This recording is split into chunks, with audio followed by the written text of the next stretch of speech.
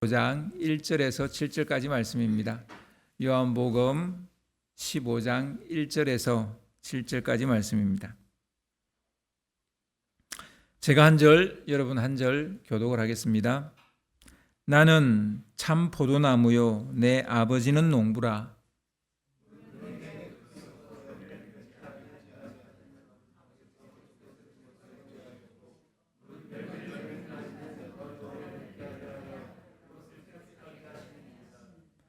너희는 내가 일러준 말로 이미 깨끗하여졌으니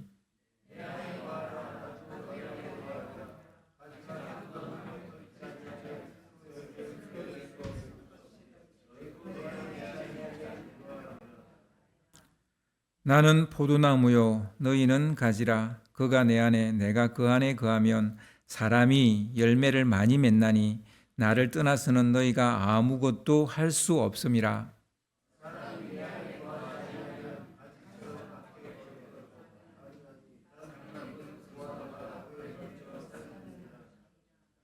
너희가 내 안에 거하고 내 말이 너희 안에 거하면 무엇이든지 원하는 대로 구하라. 그리하면 이루리라. 아멘. 여러분 평안하십니까? 혹시 평안이 없다 하시더라도 이 시간 마음의 문을 활짝 열고 주의 말씀에 귀를 기울였으면 좋겠습니다. 연결하는 능력이 필요하다라는 제목으로 같이 말씀을 나누겠습니다. 예수님은 제자들만 남겨두고 그 누구도 따라올 수 없는 곳으로 떠나신다 이야기했죠. 이제 제자들만 이 세상에 덩그러니 남게 되었습니다. 과연 이들은, 제자들은 예수를 믿고 따르는 자로 살아남을 수 있을까요? 여러분, 예수님을 믿기로 하셨고 지금도 믿고 있습니다. 근데 여러분, 마지막 순간까지 믿는 자로 살아남을 수 있겠습니까? 예, 꼭 그렇게 되기를 바랍니다. 우리는 자신하지만 그렇게 하지 못할 수도 있어요. 가룟 유다를 보세요. 누가 봐도 제자들은 여전히 오합지졸이에요. 아직도 예수님을 팔려고 하고 지키지도 못할 장담을 하고 부인하고 넘어지고 도망치고, 예수님의 눈에도 그들이 그렇게 비치지 다르게 보이겠어요? 근데 예수님이 떠날 날이 얼마 안 남았어요. 시간이 없어요. 짧은 시간이라 할지라도 무엇이든 그게 무엇이든 제자들에게 해야 될 형편이에요. 여전히 3년을 같이 다녔는데 여전히 오합지졸이고 믿음은 흔들리고 넘어지고 자빠지고. 근데 주님은 지금 떠날 날이 코앞에 다가왔어요. 시간이 없어요. 예수님은 제자들에게 뭘 해야 될까요? 이제 얼마 시간이 없는 이 짧은 이 막간의 시간에 뭘 해야 될까요? 어떤 조치를 취해야 될까요? 여러분이 예수님이라면 이 오합지졸의 제자들에게 어떤 조치를 취하실 것 같아요? 멱살 잡고 정신 차리라고 막 뒤흔들어야 되겠어요? 어떻게 해야 되겠어요?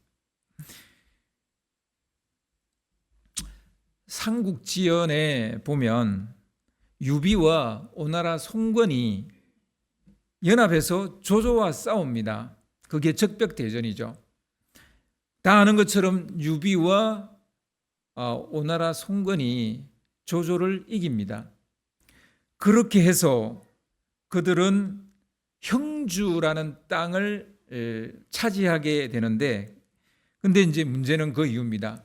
유비와 송건은 형주 땅을 서로 차지하려고 고도의 수싸움을 합니다. 연합해서 싸워서 이겼는데 이 형주 땅을 그래서 얻었는데 이 땅이 누구의 땅이 될 거냐는 거예요.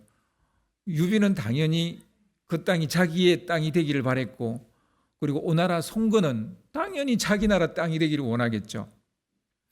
그래서 송건이 유비를 오나라로 초대를 해서 미인계로 형주 땅을 차지하려고 선수를 칩니다. 당시에 유비의 아내가 죽었거든요. 그래서 유비에게 예쁜 아름다운 여인을 주면서 형주 땅을 이제 맞바꾸게 하려고 한 것 같아요. 뭐 호랑이 아가리로 들어가는 것이라 다들 말렸어요. 유비에게 오나라로 가면 안 된다. 그 초대에 응하면 안 된다. 근데 유비는 거절할 명분이 없어서 송건의 초대에 응합니다. 가기로 합니다. 그때 유비의 책사인 제갈량이 주군인 유비에게 비단 주머니를 건네주며 말을 합니다. 어찌해야 할지 모르겠을 때, 상황이 이상하게 돌아갈 때, 그때 비단 주머니 안에 있는 3가지 계책을 하나씩 읽어보십시오라고 그렇게 말을 합니다. 유비는 제갈량이 준 이 계책으로 송건의 그 수에 넘어가지 않고 형주 땅을 차지하게 됩니다. 그래서 총나라는 나라가 이제 세워지게 되는 거죠. 유비의 나라가 세워지게 되는 거죠. 이를 금낭묘계라는 이제 우리 한자성어로 씁니다. 그 주머니 안에 계책이 3개 들어 있다. 그래서 뭘 어떻게 해야 될지 모를 때 이 금낭묘계가 있기를 우리는 원하죠. 예수님도 자기가 없는 세상에 홀로 남을 제자들에게 이런 주머니라도 줘야 될 것 같아요. 뭐 이런 주머니라도 줘야 되지 않겠습니까? 무슨 일이 있어도 예수님은 제자들로 하여금 이들이 자기가 떠난 후에도 믿음의 사람으로 살게 해야 합니다. 그렇게 하려면 뭘 어떻게 해야 될까요? 뿐만 아니라 하나님의 나라가 이루어지게 하는 일에 이들에게 바통을 넘겨줄 거예요. 그런데 이들이 그 하나님 나라의 이 복음을 들고 뛸 수 있을까? 달릴 수 있을까? 그런데 달리게 해야 돼요. 그러려고 그들을 불렀고 3년이나 가르쳤어요. 어떤 조치를 취해야 오합지졸의 제자들을 사명 감당하는 믿음직한 사도로 세울 수 있을까요? 어떤 조치를 취해야 교회의 토대를 놓을 차세대 지도자로 우뚝 서게 할 수 있을까요? 어떤 사람은 어떤 일에 목숨을 걸기도 하고 시간 가는 줄 모르고 몰입하기도 합니다. 하지만 어떤 일에는 금방 실증을 내고 흥미를 잃어버리기도 하고 포기하고 돌아서기도 합니다. 지금 제자들은 약간 흥미를 잃어가고 있는 상황이고 포기하려고 하는 상황이고 돌아서려고 하는 상황이에요. 어떻게 해야 자기 일에 몰입하고 자기가 받은 비전을 따라가고 그것에 목숨 거는 사람이 될 수 있을까요? 데시와 라이언이라는 심리학자가 이를 연구했어요. 뭔가를 하려면 그게 동기부여가 돼야 되는데 어떻게 해야 이런 동기부여가 일어날 수 있을까? 그래서 그 연구 결과로 나온 게 자기 결정성 이론이라는 그 이론이 이제 나오게 됩니다. 이 이론은 3가지 심리적인 욕구가 충족될 때 그렇게 될 때 더 높은 수준의 동기를 가지게 되고 지속적인 행동을 보인다는 겁니다. 이 3가지 기본적인 심리적인 욕구가 채워질 때, 그게 뭐냐면 첫째 심리적 욕구는 자율성입니다. 사람은 스스로 선택한 일에 강력한 동기부여를 받게 됩니다. 둘째는 유능감입니다. 배우고 성장할 수 있다는 생각이 들거나 내가 이걸 하면 배울 수 있고 내가 성장하게 된다, 이런 생각이 들면 그게 동기가 됩니다. 그리고 그 일을 잘 할 수 있다는 유능감, 나는 이 일을 잘 할 수 있어. 이게 강한 동기를 유발하게 합니다. 그리고 셋째 심리적 욕구는 연결성입니다. 연결성. 좋은 사람과 함께하거나 인정해 주는 사람과 함께 있을 때 할 마음이 생기는 거예요. 그러니까 우리가 이제 회사 그만두고 싶은 이유가 보통 대부분 뭡니까? 옆에 마음 맞는 사람이 없어. 나를 인정해 주는 사람이 없어. 나는 최선을 다해서 뭐 보고서를 냈는데 뭐 던져버린다든지 뭐 이따위로 해왔냐 그런다든지 뭐 그래버리면 인정을 해주지 않으면 이 사람은 떠날 수밖에 없어요. 즉 좋은 사람과의 연결이 동기화가 된다는 거예요. 그래서 뭐 내적 동기냐 외재적 동기냐 우리 그까지 많이 이야기하는데 그건 옛날에 좀 시각이고요. 좀 더 이제 최근의 시각은 이런 세 가지, 그러니까 내적이냐 외적이냐 이게 아니라 이런 세 가지 동기가 중요하다. 뭐 이런 얘기를 합니다. 그래서 여러분 뭐 맹모 삼천지교 이런 얘기 들어봤잖아요. 이것은 연결성과 관계 있습니다. 연결성. 그러니까 어떤 아이들과 내 아이가 함께 할 것이냐, 어떤 지역에서 내 아이를 키울 것이냐, 이런 게 중요합니다. 아이로 하여금 뭔가 뭐 공부하게 하든 뭐 운동을 하게 하든 뭘 하게 하든 그 동기, 강력한 동기화를 시켜주죠. 이 세 가지가 충족되면 그 일이 옳으냐 틀리냐는 그렇게 중요하지 않습니다. 그러니까 이 세 가지가 충족되잖아요.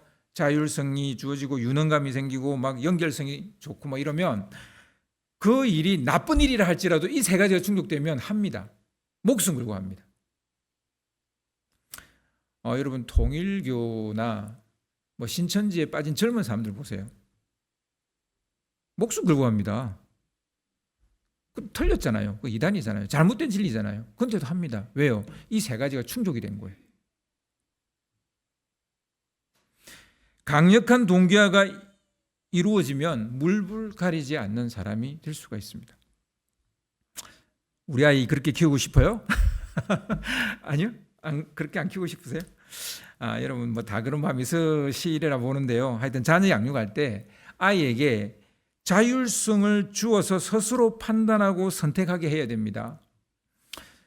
그래서 저는 요즘에 웬만하면 우리 아이들한테 별로 말 안 하려고 그럽니다.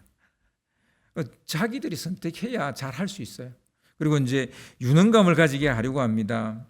그리고 좋은 친구와 또 좋은 사회, 어떤 뭐 집단이나 모임, 뭐 교회, 뭐 이런 거 연결시켜 주는 것 되게 중요하다고 생각합니다. 여러분, 교회, 우리 아이들에게 교회가 얼마나 중요한지 모릅니다. 아이 양육에 있어서 어떤 교회와 어떤 공동체와 연결시켜 줄 것이냐 되게 중요하죠. 직장에서 팀을 세우거나 팀을 이끌어갈 때 뭐 우리 열심히 하자 뭐 아침에 모여가지고 화이팅 한다고 해서 그 팀이 잘 되는 게 아니라니까요. 이 세 가지 자율성, 유능감, 연결성 이게 잘 돼야 돼요. 어떤 프로젝트를 맡아서 좋은 결과를 내야 할 때 먼저 자율성과 유능감과 연결성부터 점검해 봐야 됩니다. 막 따라다니면서 막 뭐 이거 언제까지 낼 거냐 막 이렇게 할 게 아니라 자율성을 줘야 돼. 자율성을 주고 그리고 잘한다 그래야 되고 또 그 사람과 내가 같이 일하니까 내가 또 잘해야 되고 그런 연결성이 있어야 되는 거예요. 꿈을 가지게 되었다면 그 꿈이 스스로 선택하고 결정한 일인지 잘 할 수 있는 일인지 누구와 함께 할 것인지 생각해 봐야 됩니다. 꿈만 꾼다고 되는 건 아니고 내가 선택한 꿈이 내가 찾은 꿈인지 아니면 부모가 억지로 시킨 꿈인지 봐야죠. 요셉은 자기가 꿈을 꾼 거지 아버지가 꿈을 꾸준 게 아니죠. 그죠? 요셉은 자기가 꿈을 꿨어요. 자기가. 누군가에게 그걸 해야 할 동기를 심어줘야 하는데 그게 참 어려운 것 같아요. 부모들이 제일 힘들어하는 거예요. 우리 아이가 잘 컸으면 좋겠고 훌륭한 사람이 됐으면 좋겠는데 근데 그렇게 되려면 내가 좋은 동기를 심어줘서 애로 하여금 뭘 하게끔 해야 되잖아요. 근데 그렇게 동기부여하기가 너무 어려워요. 그 어려운 것들 중에 하나가 뭐냐면 신앙이에요. 뭐 내 자녀든 누구든 내가 누구한테 전도를 하든 선교를 하든 누군가로 예수를 믿게 하는 것, 그 믿을 동기가 생겨야 믿을 거 아니에요. 그 마음에 그 동기부여하는 게 굉장히 어렵습니다. 근데 예수 믿었어요. 믿고 난 다음에 또 신앙이 자라야 될 거 아니에요. 그 자라게 또 동기부여를 해야 되는데 그것 또한 어렵습니다. 참 어려운 것들 중에 하나입니다. 요즘 창세기를 이어서 이제 출애굽기를 여러분 읽고 계시잖아요. 하나님은 아브라함을 택하여 믿음의 조상이 되게 하셨습니다. 그렇죠? 하나님은 무엇으로 아브라함의 마음을 움직였을까요? 완전 우상 만드는 집의 애잖아요. 도대체 어떻게 꼬셔서 그 본토 아비 친척 집을 떠나게 했을까요? 여러분 그게 쉽습니까? 본토 친척 아비 집을 떠나는 게? 도대체 어떻게 아브라함의 마음을 움직였을까요? 복입니다. 자손의 복, 거주할 땅의 복, 장대하게 할 것이라는 미래의 복, 이 세 가지 복을 이야기합니다. 하나님께서는 이스라엘 자손들을 애굽에서 이끌어내셨습니다. 430년 동안 살았던 애굽에서 무슨 수로 그들을 이끌어냅니까? 440년을 살았어요. 거의 뭐 고향이잖아요. 430년 살았으면 애굽이 고향이잖아요.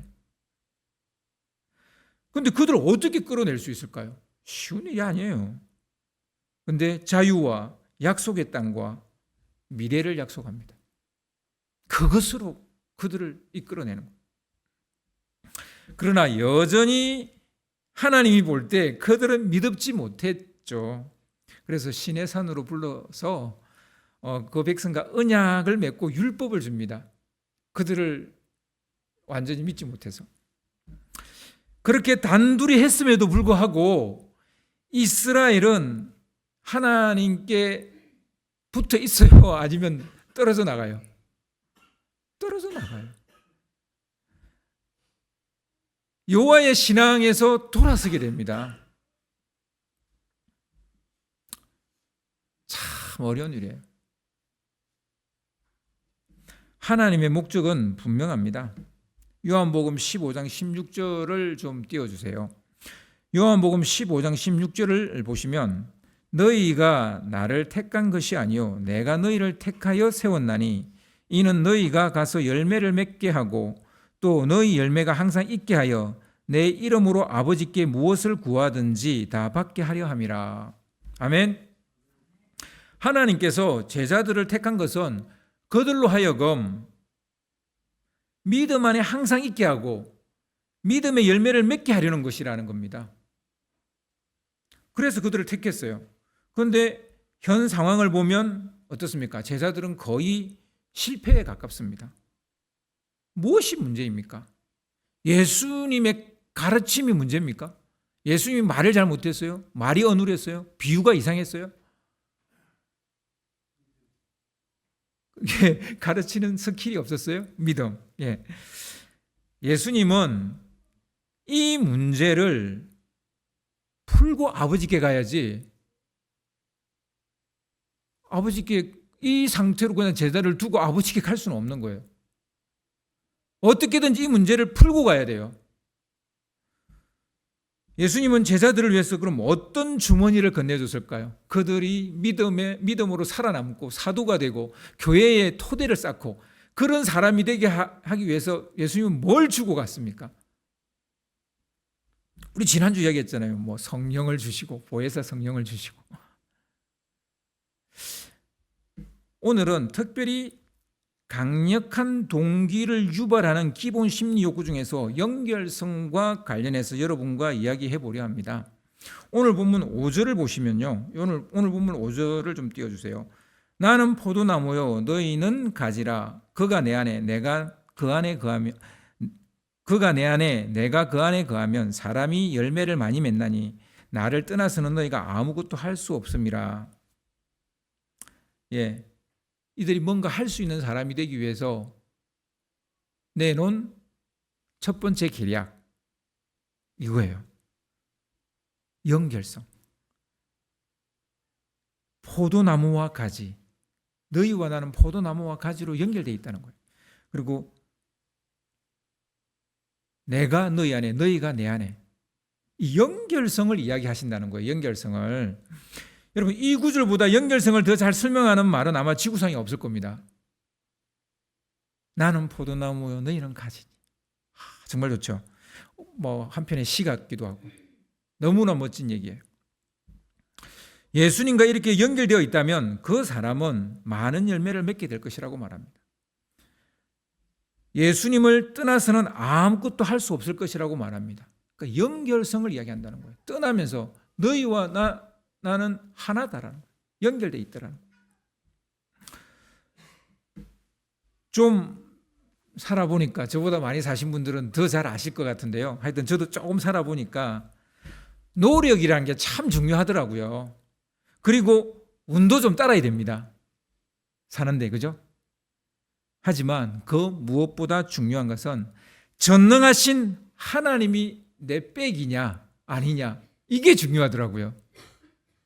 여러분, 하나님이 여러분 백이세요? 하나님과 나는 연결되어 있느냐라는 걸 제가 묻는 거잖아요.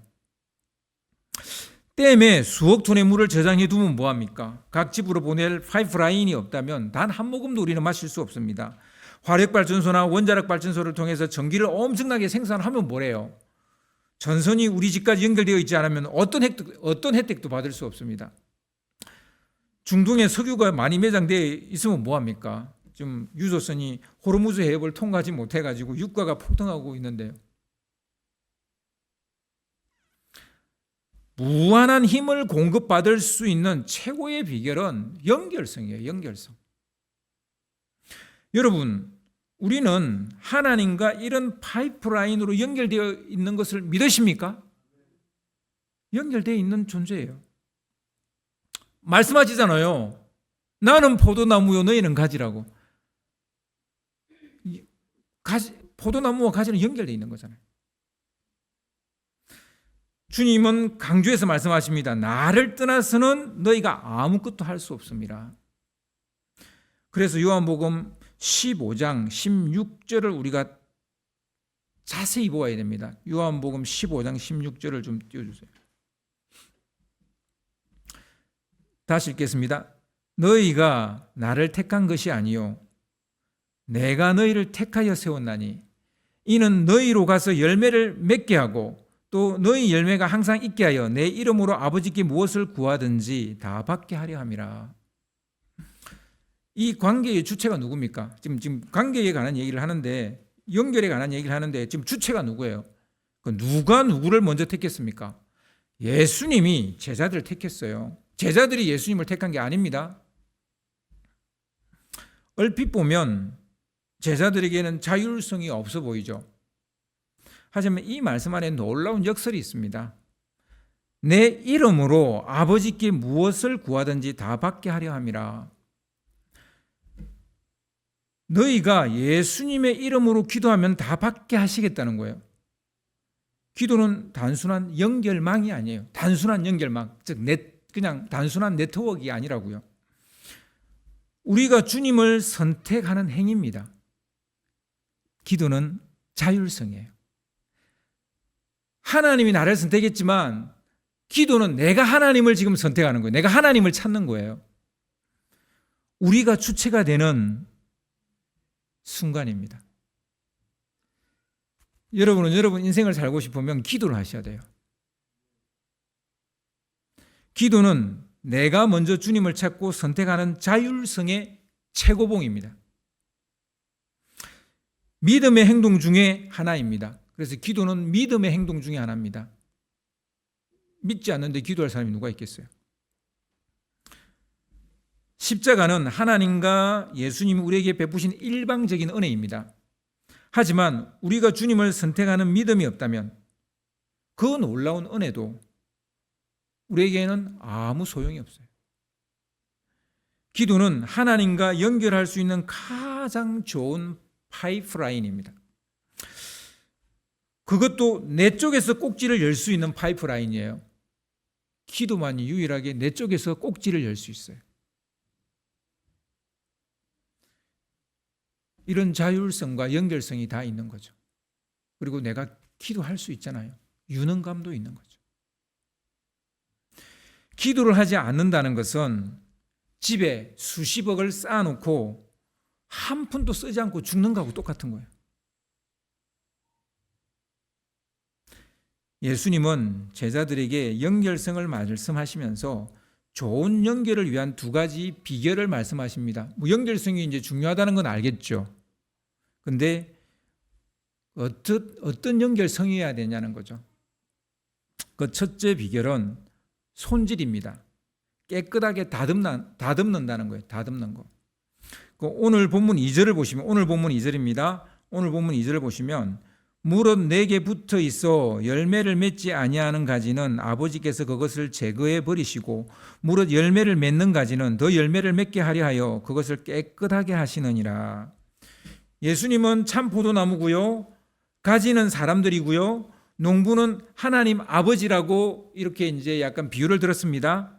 농부는 열매를 맺지 아니하는 가지는 가지치기 하겠다는 거예요. 컷오프 하겠다는 겁니다. 그리고 열매를 잘 맺는 가지는 깨끗하게 더 손질을 해주겠다는 거예요. 여러분은 컷오프 대상이에요? 아니면 깨끗하게 손질받으며 살아남을 대상이에요? 그렇죠. 예. 컷오프 대상이면 큰일 납니다. 요즘 뭐 컷오프라는 말이 뉴스에 많이 나오죠. 정치인들이. 예, 여러분 우리는 컷오프 대상이 아니에요. 깨끗하게 손질받아서 살아남을 대상이에요. 당연히 하나님 아버지로부터 깨끗하게 손질받아야 될 사람, 그게 바로 나 그리고 여러분입니다. 이렇게 손질하시는 것은 열매를 많이 맺게 하려는 거예요. 여러분 뭐 과일 안 키워보셨죠? 여러분 무슨 과일이든지 이 가지치기 안 하면요 열매가 요만해서 못 먹어요. 가지치기를 해야만 몇몇 과일에 영양분이 가서 그 과일이 우리가 먹을 수 있는 큰 과일이 되는 거예요. 그 손질은 반드시 필요하죠. 먼저 손질하신다는 말이 무슨 말일까요? 손질한다는 말이 무슨 말일까요? 7절을 보시면, 오늘 본문 7절을 보시면요, 너희가 내 안에 거하고 내 말이 너희 안에 거하면 무엇이든지 원한 대로 구하라. 그리하면 이루리라. 그러니까 연결은 단순히 네트워크가 아니라 그 안에 머무는 거다라고 말합니다. 그 영어로 abide라는 단어를 쓰는데 머문다.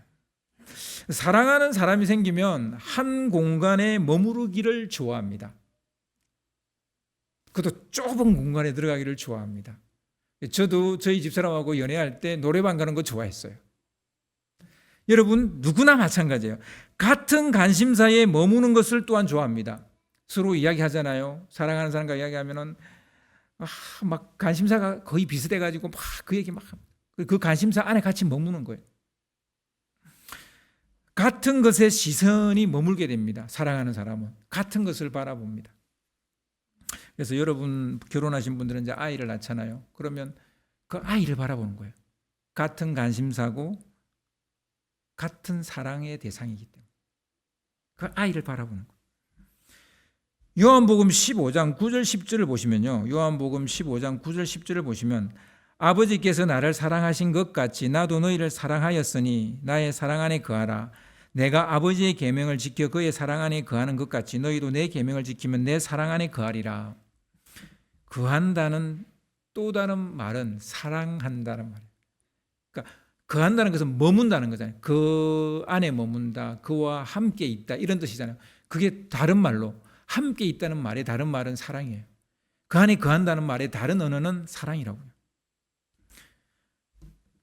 유명한 드라마 대사 중에 내 안에 너 있다 있잖아요. 내 안에 너 있다. 함께한다. 연결은 단순히 관계를 어떻게 이렇게 관계의 끈을 이렇게 유지한다는 그런 이야기 정도가 아니라 서로 사랑한다는 얘기예요. 그래서 이 연결이라는 것에 대해서 우리가 그냥 뭐 그 사람 옆에 있는 거 이 정도는 아닌 거죠. 지난 4월 1일 날 미 우주항공국 나사에서 우주선 아르테미스 2호를 쏘아 올렸습니다. 달에 보내는데 10일 동안 달의 궤도를 돌면서 특별히 달 뒷면을 탐사하는 임무를 맡았습니다. 이 아르테미스 2호는 지구로부터 가장 멀리 간 유인 우주 비행기 우주선입니다. 그러니까 사람이 탄 유인 우주선에 제일 멀리 간 게 바로 이 아르테미스 2호인데요. 그러니까 달 앞부분만 갔어요, 이때까지는. 근데 달 뒷부분을 갔으니까 제일 멀리 간 거죠. 우주선이 이제 달 뒤로 가면 지구와 통신이 끊기게 된대요. 약 40분 정도 블랙아웃이 되는데, 이 통신이 끊어지기 직전 이 비행사 중에 한 사람인 빅트 글로버라는 사람이 지구에 이런 메시지를 남깁니다. 이제 막 그 달 뒷면으로 들어감으로써 통신이 끊길 거예요. 그 전에 마지막 메시지를 내는데 이런 메시지를 냅니다. 지구에 있는 가장 중요한 미스터리 중 하나를 상기시켜 드리고 싶습니다. 그것은 사랑입니다. 그랬어요. 그리스도는 가장 큰 계명에 대한 대답으로 당신이 가진 모든 것으로 하나님을 사랑하고 이웃을 자신처럼 사랑하라 하셨습니다. 전파가 끊어질 것을 기다리면서 지구로부터 하나님의 사랑을 느낄 수 있었습니다. 그리고 지구에 있는 모든 분들에게 달에서 당신을 사랑합니다. 이 말을 남겼어요. 여러분, 지구와 전파가 끊어진다는 것은 지구와 연결이 끊어진다는 말입니다. 연결이 끊어질 때 사람은 누구나 불안을 느끼게 됩니다. 그래서인지 그들은 사랑을 얘기하는 거예요. 그 40분 다 알고 있잖아요. 과학적으로 다 알잖아요. 40분 딱 그 통신이 끊어지는 거잖아요. 근데 그게 두려웠던 것 같아요. 그러니까 그들은 뭘 얘기했냐면 사랑을 얘기한 거예요. 여러분, 관계에서 가장 중요한 것은 뭐 뇌물을 줘서 뭐 관계를 만들어야 되겠다, 뭐 아첨의 말을 해서 관계를 만들어야 되겠다, 뭐 비위를 맞춰서 관계의 말을 연결을 서로 연결해야 되겠다. 이런 거로 관계가 건강하지 않죠. 여러분, 사랑하는 것입니다. 사랑하는 것. 율법으로 우리는 우리의 믿음을 지키지 못합니다. 이스라엘 역사가 그걸 증명했잖아요. 뭐 유대인들이 이스라엘 민족이 우리보다 좀 더 뭐 이게 좀 못난 민족입니까? 뭐 잘났는지는 모르겠지만 하여튼 그렇다고 못났다고 말할 수는 없잖아요. 그들이 실패했다고요. 그럼 우리도 마찬가지라는 얘기예요. 율법은 유능감을 주는 것이 아니라 자괴감과 죄책감을 줘요. 그것도 못해? 그렇게 못 살아? 이게 율법이 하는 일이에요. 하지만 그분을 진심으로 사랑하면 관계가 깊어지고 믿음이 강해집니다. 그래서 도리어 유능감이 생겨. 할 수 있겠구나.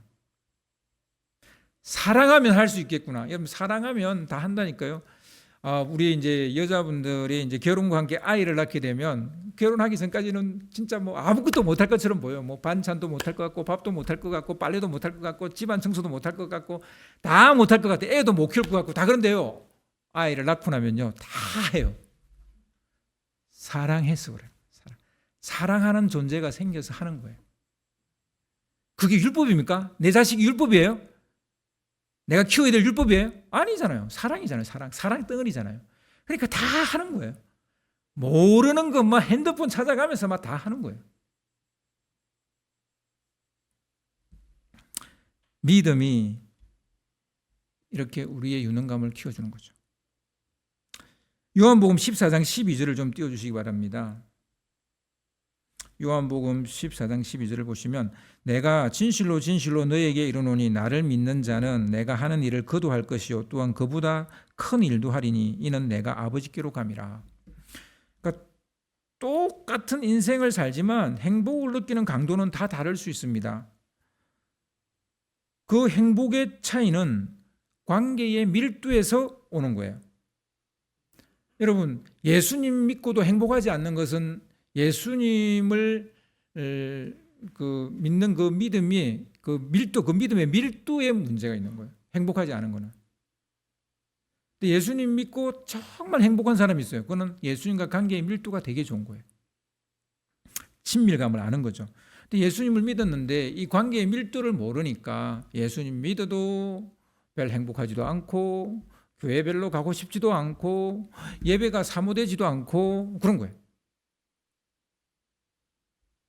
그래서 여러분, 믿음과 사랑은 이렇게 떨어져 있는 서로 다른 단어가 아니에요. 이건 서로 마주보고 있는 동전의 앞뒤와 같은 거예요. 사랑이 있어야 믿음이 생기고 믿음이 또 있으면 그 사랑이 또 깊어지고 이런 서로 주거니 받거니 하는 연결된 언어예요. 똑같은 인생을 살지만 삶의 열매는 다 다를 겁니다. 그 열매의 차이가 어디서 오는 걸까요? 관계의 밀도에서 오는 거예요.